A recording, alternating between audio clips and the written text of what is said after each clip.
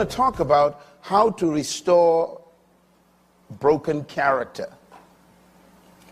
How to restore broken character. In other words, how do you come back after your character has been fractured? I'm going to focus on understanding the process of leadership restoration.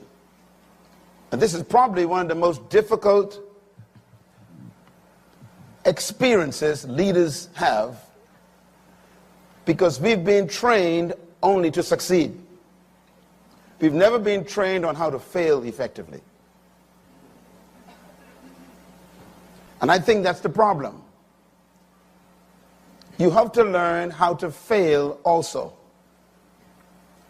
and what to do with failure. And there has been perhaps only 2% of leaders who came back and survived. I was watching television before I went to bed last night. I was watching the Canadian Broadcasting Corporation channel, and the top story for 30 minutes was the mayor of Toronto, who was filmed high on cocaine. I mean, they got the video. They also brought out more news that they filmed him with prostitutes.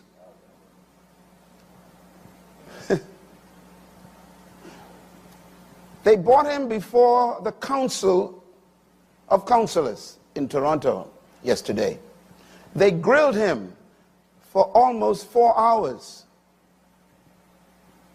And every single moment of that 4 hours, he refused to submit. His last statement was, no matter what you do, I'm not stepping down. The vote for him to step down was 41-2. He still said, I am not stepping down. They asked him a question. Did you purchase drugs in the last 30 days? He paused for a moment, and then he said, yes. They asked him another question. Do you still hold to zero toleration on drugs and guns? He said, yes. Question, does this apply to you? He said, yes. I'm confused. I'm going to talk to you about a word you need to learn. It's the word disqualified. Write it down. You can be disqualified as a leader. This mayor is disqualified, and he refuses to do the honorable thing. Finally, they asked him a question. Have you told us everything that we should know? He paused for a minute. He said, well, there may be another hanger in my closet. I am convinced he is moved from stupidity, landed on foolishness, and have entered dementation. But it shows you the caliber of leaders we have today. Toronto is one of the most beautiful, powerful cities in the world. And the leader is a drug addict.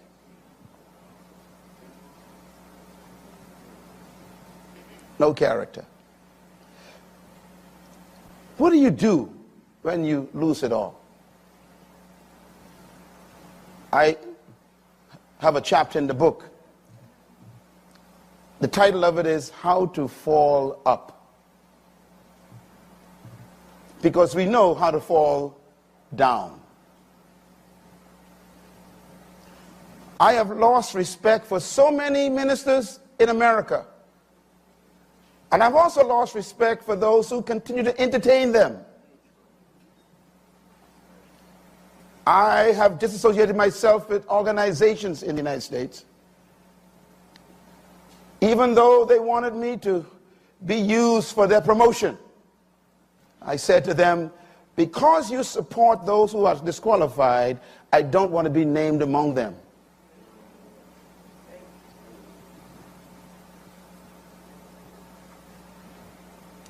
How do you fall up? So I'm going to give you what I call the secret to leaders' failure and restoration. Because some of you may have that in your future. Some of you may be there already and have come to this summit to try and get help. You are in the right place.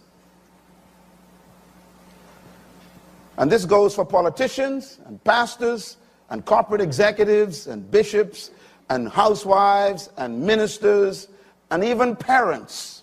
How do you come back after you fail your children? Let's talk about it for a minute. We learned a few things in this summit so far. I'll repeat a couple of them. One, the foundation of leadership is what? Character.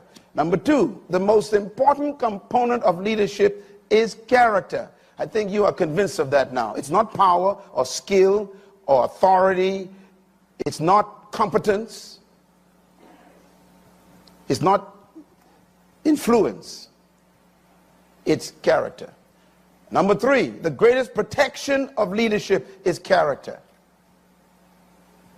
The greatest protection of leadership is character. You are not protected by your entourage,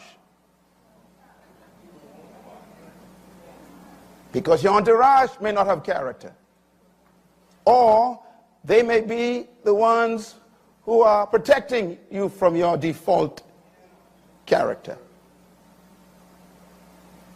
They are part of your corruption.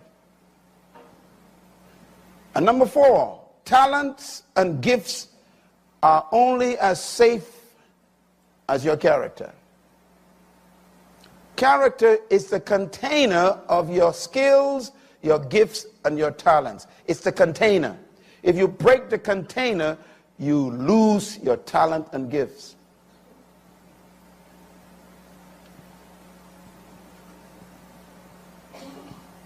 I mentioned to you about law yesterday, and I'm going to give you something very quick about law.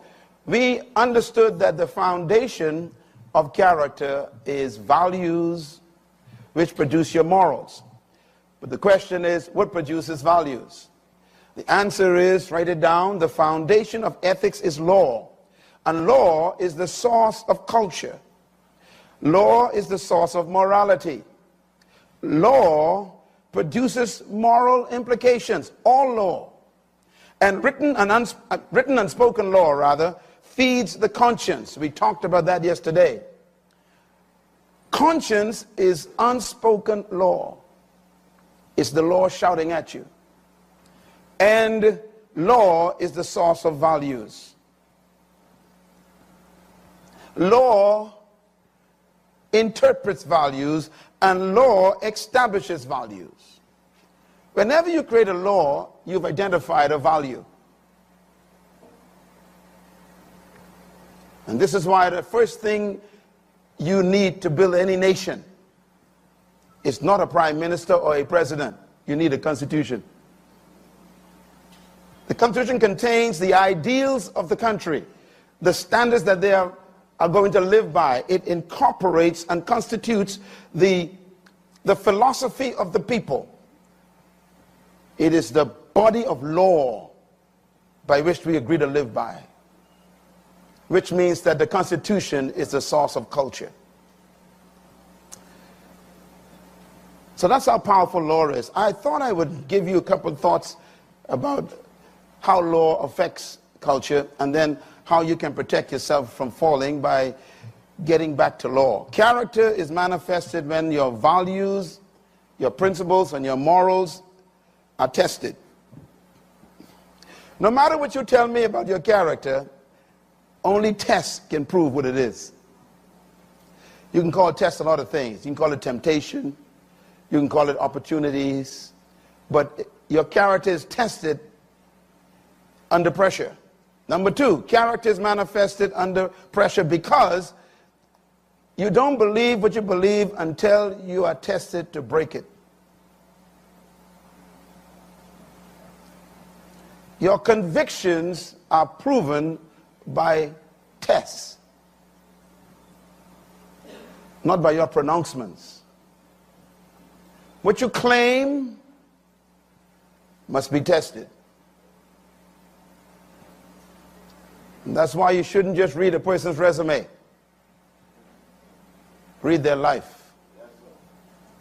You'll be amazed how many people embellish their resumes. After all, who would write bad things about themselves? So never be impressed by people's resumes.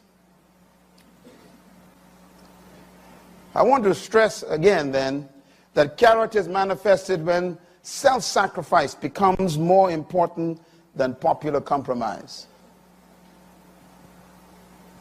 Who you are is always tested by two things. Write them down. Matter of fact, three things. Three things will test your character every time. And if you study, and in my book on character, I did a complete assessment of this with the greatest leader that ever lived, Jesus Christ. The three things that will always test your character, he passed the test. First one is appetites, which includes food, drink, and sex.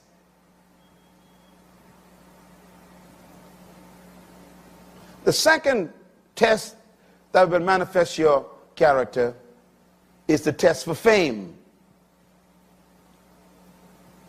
And the third one is the test for power. They say if you want to know who a man or woman really is, give them power and money. See what they do with it. Mr. Speaker, please. So it's so important for you to understand that you are going to be tested. Now, I want to ask you to please do something legally. You can take your iPhone and photograph this page, because I won't give you time to write them all, but these are important. I want to just give you a list of what I call the power values. We will read them together. Are you ready? Number one, values are better than rules. Number two, values are more important than rules. Number three, values outlive goals. Number four, values send a message. Number five, values must be identified. Number six, values must be accepted if they're going to work. Number seven, values must be believed. Number eight, your values shape the organization and the nation. Number nine, values are personal, but they are never private. Number 10, values become a culture. Number 11, your values must be shared. Number 12, values attract like values. Number 13, values become social norms. And number 14, values can create or destroy. I just want to comment on number 12. Values attract like values. What do we mean by that? Whatever your value system is becomes a magnet. And it attracts people just like those values. Values also repel values. I mentioned the first day you came here in my session, the first day I said, if someone approaches you to break law or to do a corrupt act in your business or in your ministry or your workplace, if they approach you to break a law, you are already a failure. Because somehow in their minds, they believe that you would actually do it. In other words, your values were not loud enough. You should wear your values loudly so that people will even tell other people, don't even bother him. He's not going to go for that. I know the guy. So if evil men approach you to do evil, you are already defective. Your values should speak loud. Let's talk about the values of leadership. Write them down. The value of faithfulness, the value of self-control, the value of steadiness, the value of integrity toward those you serve, the value of responsible communication, the value of personal integrity. This is an important list. The value of maturity, the value of humility. These are the values of leaders. Each one of these is a seminar. So I have a lot of work to do before I die. Because each one of these is so important, you need to teach each one of them for 2 hours. Because that's how much we lack in leadership. The values that a leader needs to embrace and keep close are so critical to that leader's protection. Now, pardon me for moving too quickly because I want to get to the heart of this in a short time. What is the impact of a leader's failure? What is the impact of a leader's failure? Write this down. Failing in leadership is not as great as failing to deal with that failure effectively. I repeat, failure in leadership is not as great as failing to deal with the failure effectively. Everybody fails in something. Everybody have experienced the disappointment in themselves. Everybody has embarrassed themselves and others. Everybody has done something that have made them feel depressed because their expectations fell below their own standard. That's not the problem. The problem is not the failure. It's how you deal with that failure. And I can say from experience, most leaders I have encountered don't know how to handle failure. I'm going to give you some specific instructions on how to do it. Not just for yourself, but to help other people.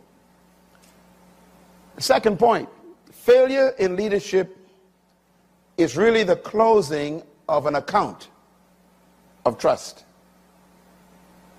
People close the account. When you fail, the people shut down the account. What account? The account of trust. Remember, you cannot pay for trust, pray for trust, or buy trust, nor can you demand it. It is something that people deposit on your account of integrity the more they get to know you. Every time they prove your character, they make a deposit. And you can build up a deposit of trust for 50 years. The only problem is if you violate the account, what took you 50 years to build can be lost in 50 seconds. And that's the tragedy of failure. At least the point number 3. Trust is the currency of leadership. And it is the reason why a leader is successful. It's not your personality, it's not your power, it is not your oratory skills, it's not your ability to influence people, it's not your position, it's not your money or your clout. The key to your leadership is trust. People follow you because they trust you. You violate that, you lose the account. So you are as safe as the account you protect. What are you doing right now that's threatening your account? What are you secretly doing that could cancel your account? The mayor of Toronto, when they first exposed him, the police exposed him, he denied everything. And then the police showed the video. I wonder if there's a video on you. You have no idea how the satellites work anymore.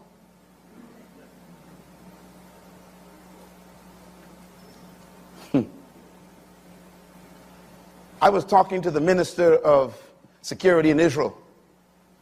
Israel has the #1 security component in the world. He said this to me.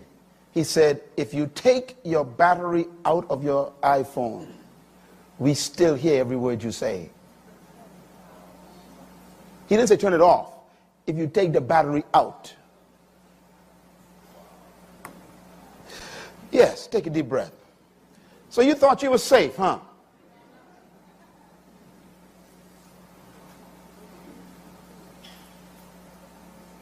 After that moment, I trembled.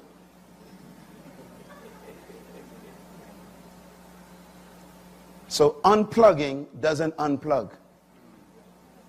That's my point. So live in a way that you don't care what they hear. Clap.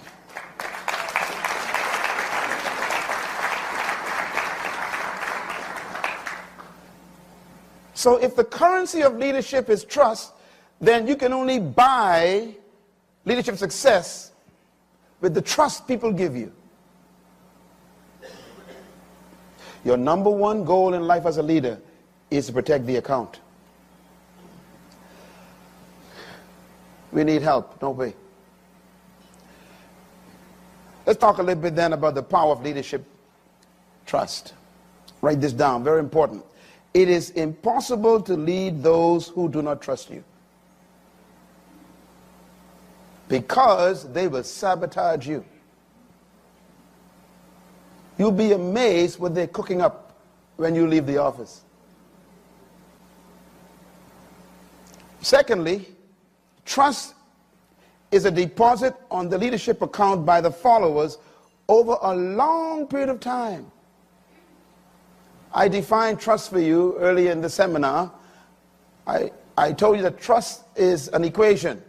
The equation is test over time equals trust. Can you write it just like that? Test, draw a line, over time, put equal, trust. Which means that trust requires two things. Testing a person over a long period of time. Then that's how you build trust in that person. That's why you cannot stand up before an audience ever again and say, trust me. Stop using the term. It's impossible. Either they trust you or they don't. And that depends on how long they were able to observe you under pressure. Consistency, integrity, candor, wisdom, surviving battles, attacks, criticism. You trust people who survive.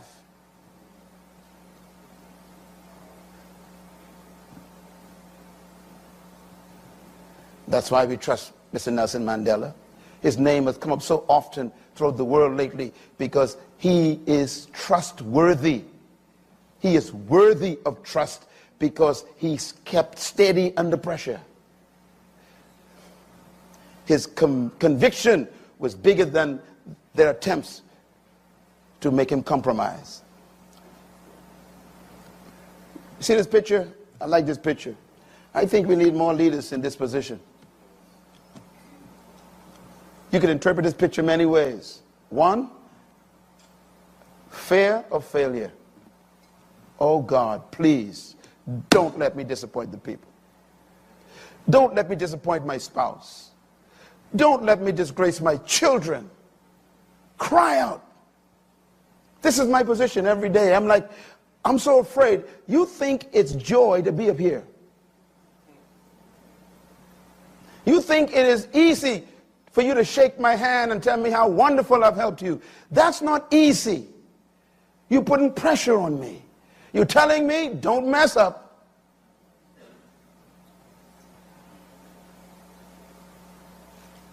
A lot of people pursue leadership. I have no idea what leadership is.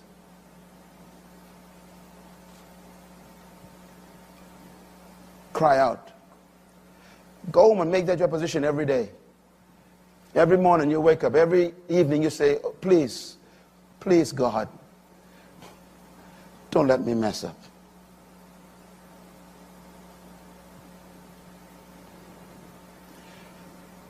I have a little private philosophy I live with. Here it is. Before I make a decision, I always ask myself, will I enjoy remembering this?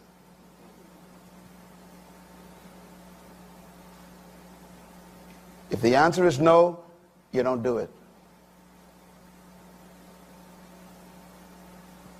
Leadership. Let's talk about the leadership account one more time. The account of a leader is maintained by the leader's continual faithfulness and protection of that trust. No one maintains the trust account, only you. So hiring an entourage and bodyguards can't help you with trust. As a matter of fact, it's possible that you need bodyguards because you lack trust.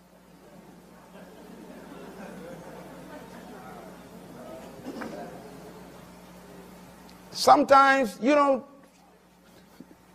see people with entourage because they are important. It's because they are afraid.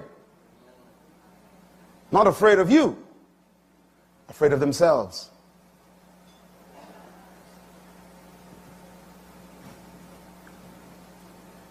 You are the only one who can protect that account.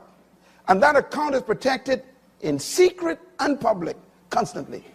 You got to protect it in the dark when no one's watching.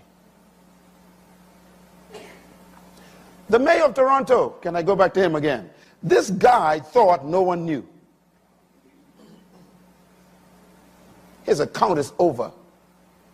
I don't care how much he tries, and he's making the wrong decision. I wish he's watching this right now. Brother, just step down. You are disqualified.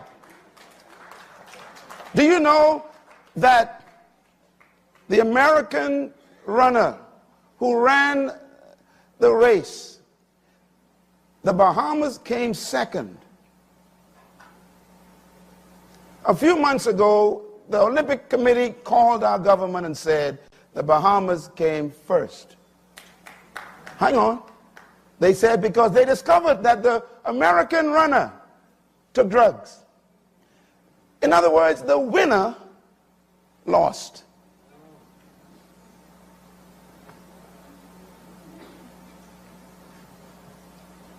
You can be fired and still be on the job. If you don't believe me, ask Saul.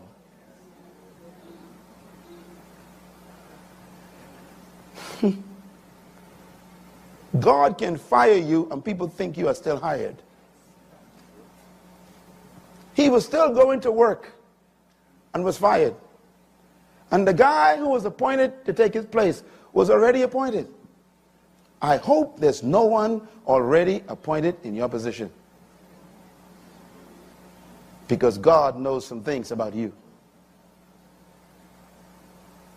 Protect your account. I told you and I warned you, this is a tough session. Because this brings the weight on you to protect your character. Write this down, please. The leader protects the trust account with his integrity or her integrity and their character. You protect that account by your being fixed, predictable, unmovable, set. I will not violate my values. I will not sell my convictions. I got to protect my account.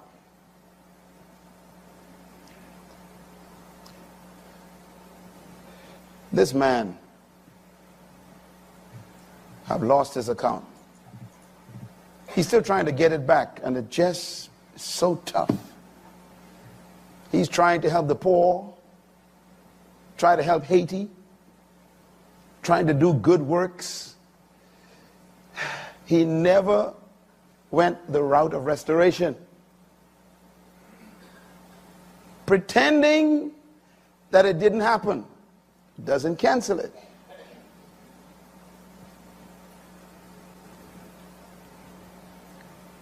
Read out loud, please. Read.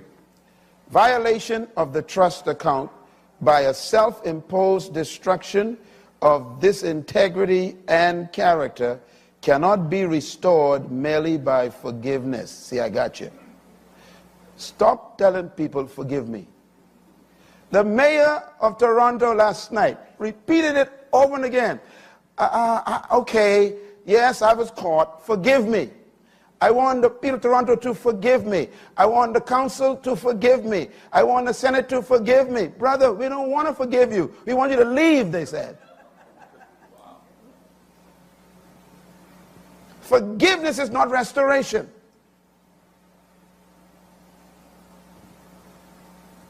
The request for forgiveness is you saying, I need help. Give me room. Give me space to get help.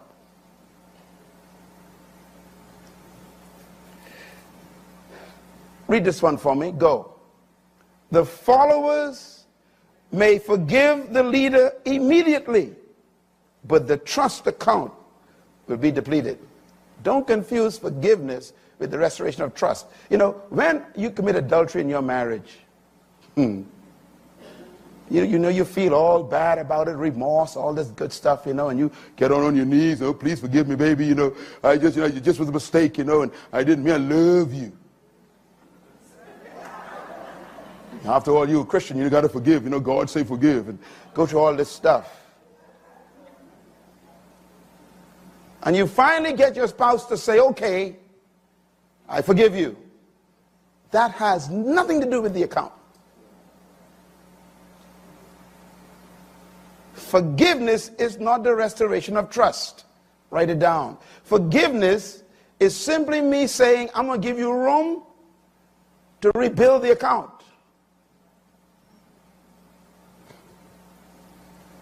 I have heard it said many times when I counsel couples. They say, it's been a year now since I committed adultery, and my wife's still bringing it up. Listen, brother, the account is still empty. Because when you go in the night, she still ain't sure where you went. You need an ankle brace that takes photographs that she can see. Oh, I'm talking sense here. You just can't say, well, forgive me. No, brother. Why are you late? I mean, the questions they ask you are all trust questions. Why'd you come home late?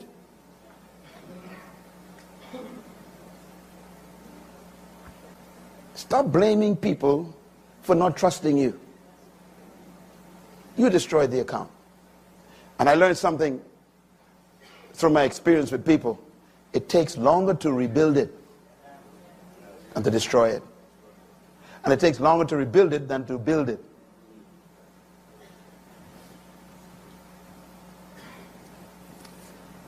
Take a deep breath. You need some air. Leader's trust account. Read this one for me. Go. The leader must be constantly aware that a trust account, which may have been built over 30 or 40 years, could be canceled in 30 or 40 seconds. And that's why the leader refused to step down. He can't believe it collapsed that quickly. The mayor of Toronto, here we go again. He said, I helped to reduce the debt of the city. I built roads. I built bridges. He brought all the papers of things he did. He missed the point. We don't care. I built this church. I'm the one who founded this church, and I labored in this church, and I took 30 years. I built. Brother, there's no trust on the account. It's gone in 30 seconds. 30 years, gone in 30 seconds. Get it? It's gone. So I warn you on this last day, don't you take a chance with your account.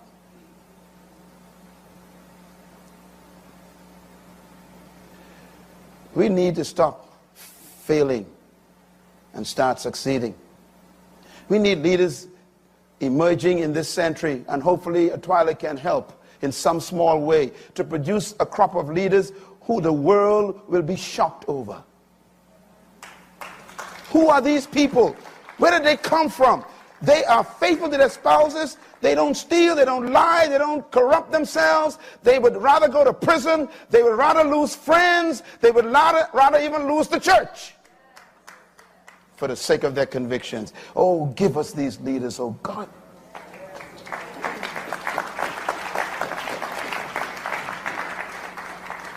Read this for me. Go. The leader who has failed cannot expect the account to be reestablished as a result of his remorse, confession, or repentance. None of these restore the account. I'm sure you've seen the great leaders stand on TV, tears running down their faces. Forgive me, I'm so sorry. Listen, the account is gone though. We appreciate your tears. We love you. Hallelujah. But go home. Go get restored. Go get repaired. When your car breaks down, you don't leave it in the highway. Why? It can cause accidents. Get off the road. Go to the mechanic.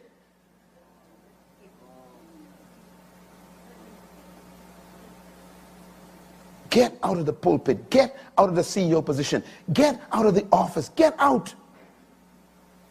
You're blocking the highway of people who are trying to make a difference.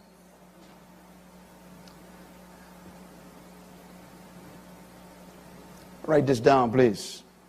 It may take longer to restore the account than it originally took to build it. So protect the account. The work is too hard to restore. So let's talk about falling up before we close. Falling up. How to fail successfully. It's a paradox. How to fail successfully. There's a way to do it. And that's why I have it in the book. Please get that book and buy 10 copies and give it to all your leaders. I'm telling you, so that they can, first of all, you need to put the fear back in them. The first, can I give you a little secret? You want to hear it? I discovered God's first criteria for leadership. The first one. Everywhere God chose a leader, he gave a criteria, a list of them. But the first one was always fear. Did you know that? The first criteria of leadership is fear. He said, choose one who fears God. I don't care about his personality, academic achievement, his skills, his power to speak, communication. He said, forget it. If he doesn't fear, his character will destroy. Not just him, but the organization. You must be afraid. Don't ever trust yourself. That's why you need accountability networks around you. That's why a Twyla is here. You know, our guys on our team will tell you, we are very nice people, but we don't put up with foolishness. We will call you out. You know, there are trustees in this room who will tell you their wife called me and said, my husband needs input right now. And I called him up and said, look, brother, get your act together. You want to be a part of this circle? We are your examples.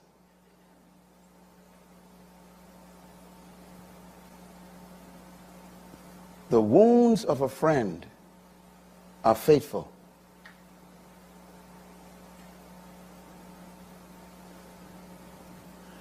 Enemies protect your faults. You call them friends.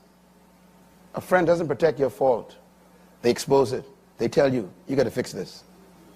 Why? Because you're affecting all of us.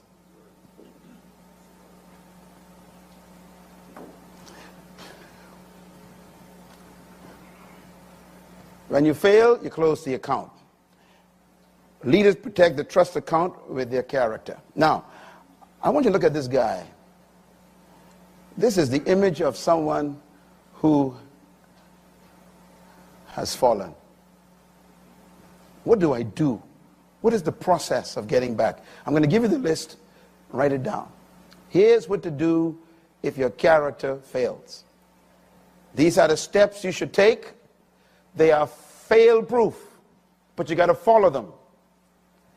And they are hard. This is why most of the leaders who fell don't want to do them. But if you follow them, you'll come back stronger than when you fell. What do you do when you fall? Number one, admission of your need for help. That's tough.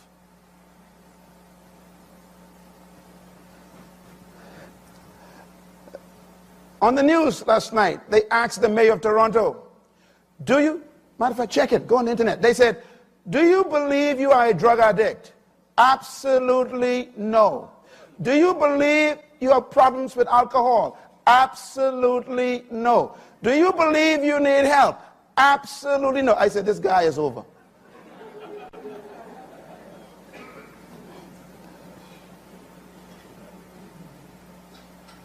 I heard such great teaching here this week. I am so inspired.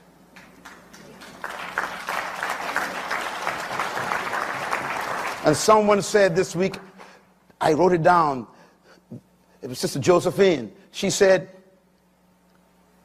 if the person on the ground keeps their hand to themselves, you can't help them. To reach your hand out to somebody who refused to take it, you can't help them. Restoration does not begin with the restorer. Write that down, man. Stop asking people, why didn't you come help me? This is not about me. I didn't fall.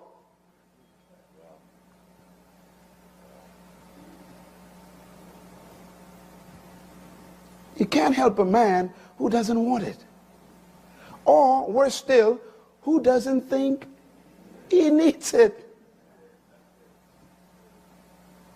I know your mind is on people right now. I know you think it's something right now. I know you know, and you know what I'm saying is true. They keep on trucking as if nothing happened. That's why you should abandon them. Paul, the apostle, says, leave them. He says, get rid of them. Don't associate with them anymore. He said, leave them. He says, remove them from among your company. Wow, that's tough. Aren't you supposed to love? Yeah, I love you so much to keep you in this organization, to infect it. You are an infection. Number two, confession of your violation of the trust. You must confess that you violated the trust. I learned a lesson that stuck in my head. 1975, I was at Oral Roberts University as missions director. Young guy, and I was responsible for sending the students out. And myself and my colleague, Gary McIntosh, who is a pastor today, we were kind of working together.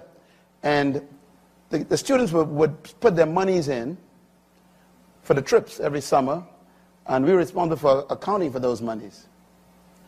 And I made a mistake in the accounting, and the money didn't add up. I was so distraught, I didn't know what to do. And our boss, Leslie worked with me, Leslie there. Our boss was Bob Stamps, he was the chaplain. And I had to report to him, and I said, sir, I don't know what happened. And he just lost it. He said, what do you mean? This is the kids' monies. You are about to put me in problems. And he shouted at me. He said, go and fix it. And I began to explain why I did or what happened. He taught me a lesson. He said, shut up and fix it. And then he said these words, don't ever justify why you did something wrong. That was, that's deep. 1975, I can still hear his voice. He says, if you attempt to justify it, you are not sorry you did it.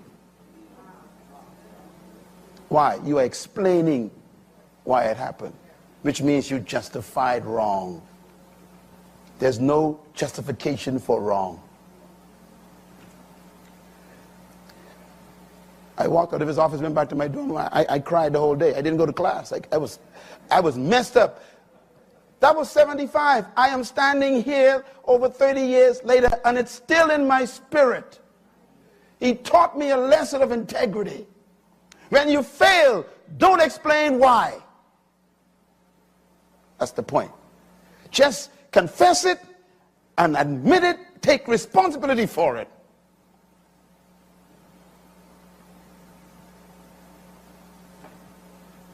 Don't explain why you sinned.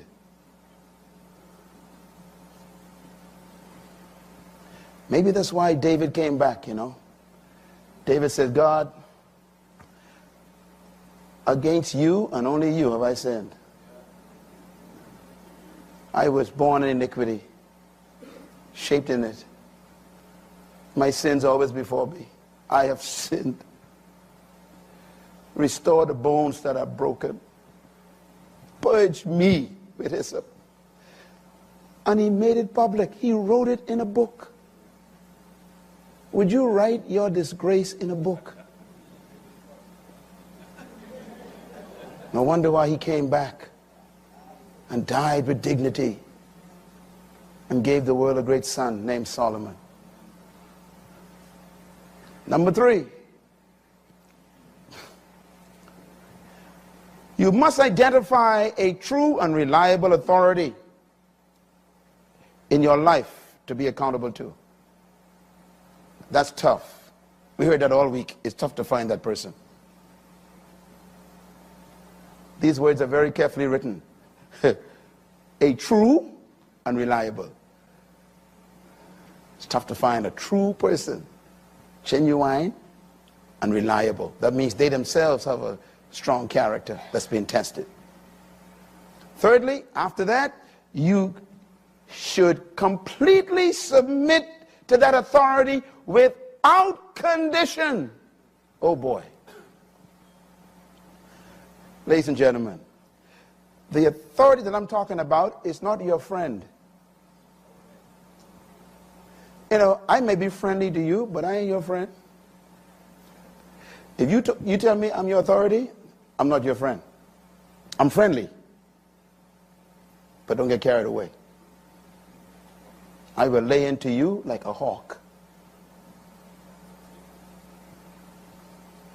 Don't put no conditions on the submission.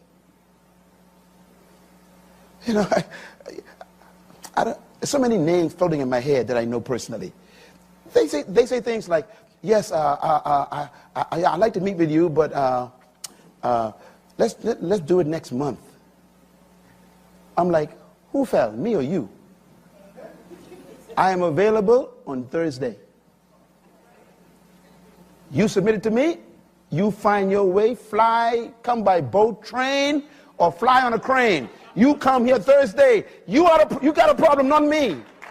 Well, I got some appointments to keep, they say. They give me conditions.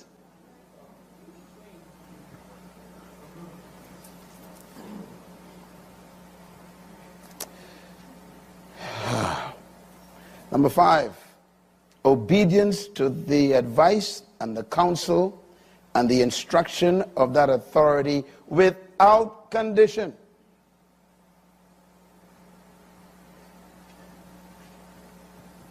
This is tough. So that means if they tell you, I want you to step down from your position for a year while we help you be restored, you have to literally go before the organization and say, look, my authority said I must step down for a year. I am going to see you next year. Sometimes they say, you got to sit down for 2 years. Sometimes they say, it's over. Go find yourself another job. The damage is so great that you cannot come back to this specific position. Are you willing to follow instruction to be restored? The next one is even worse. Accept responsibility for all the failure, and you must agree never to attempt to defend yourself or your act of indiscretion. Don't ever stand up after you have fallen and try to explain it to people. I'm giving you something very important here. Because you are disqualified to speak. You lost your authority. So what do you do then if you want the people to understand? It leads to number 8. You must allow the authority to represent you to the greater community. Let them speak on your behalf. Because they still have authority with the people. You know, when Peter messed up, Peter denied Jesus, you remember that? I could imagine the other 11 guys were excited, you know, they finally got Peter. You know, maybe they got a chance to become the favorite. Did you read how Peter was restored? Did you recognize who restored him? When there was a meeting called, the final board meeting, everyone was sure Peter ain't coming to this meeting. And if Peter had shown up, they would have attacked him. They would have attacked him. But it was the skill of the leader. The leader said, tell my students to meet me and make sure I say, Peter, come. Now, once the authority calls the guy back, it's over. But we like to call ourselves back. We stand there before the people, explain to them, well, you know, yes, I did have some indiscretion. Brother, leave. Everybody's weak, you know. Shut up. You are disqualified from speaking. Everybody got weakness, you know. You are disqualified from speaking. Your safety under failure is your authority. What did I say? Please write this down. When you fall, run for cover. Don't run for explanation. Run for cover. Shut your mouth. You are disqualified. This is why when you go to God, you cannot go in your own name. You are disqualified. So he said, don't ever go to the authority in your name. Your name is no good. Oh, man.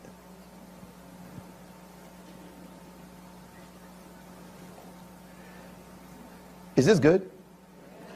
Number 9. Total submission to the discretion of the authority with regard to your readiness to return to public service.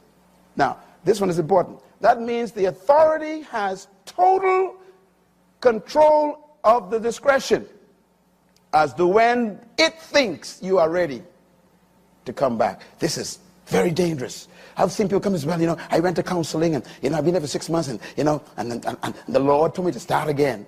Shut up, man. You ain't never going to come back. You can't bring yourself back. Say it. Say it loud. No, louder.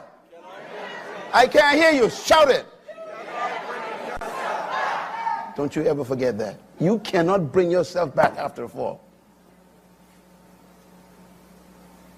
The authority have to bring you back. And the authority controls when that happens. That's why people never come back. They just kind of walk back. They're not sent back. When the authority brings you back, then the followers' respect for the authority begins to restore the trust account. Because the followers don't trust you anymore, they trust the authority. You got to rebuild the trust. So they got to trust the person who you trust, so they can start restoring your account. In other words, the followers think, if he trusts him again, then we will begin to trust him again. Remember, you can't demand trust. All right, last one. Permanent establishment of a relationship with the authority for ongoing accountability is necessary. That means never again, for the rest of your life, will you be without accountability again. You will have to report for the rest of your life to an accountable authority. That is to protect you and the people you influence. That's how you come back. When people don't trust you anymore, they trust the ones you trust. And as long as the ones you trust you, they will put trust in you.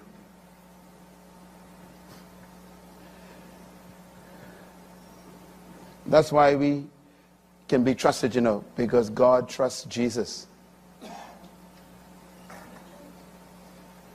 He doesn't even want to know your name, because it might remind him of your past life. So he said, keep using my son's name for the rest of your life.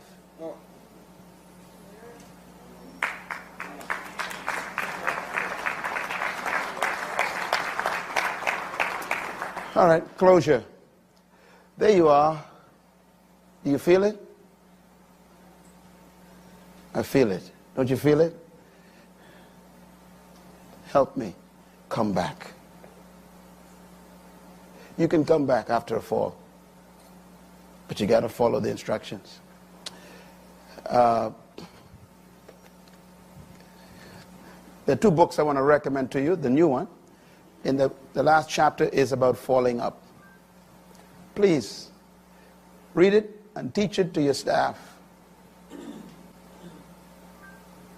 Send it to people who messed up, so they can realize that they're not doing the right thing to repair the damage. The second book is called Becoming a Leader. I dealt with it in that book as well. I've restored a few people, even folks in our own church who fell. Same process, and it works. Saved marriages after disaster because they went through the process. I've had children who stood before the congregation and said, I want to thank Pastor Myles for allowing me to trust my father again. If it wasn't for him, I would never trust my father again.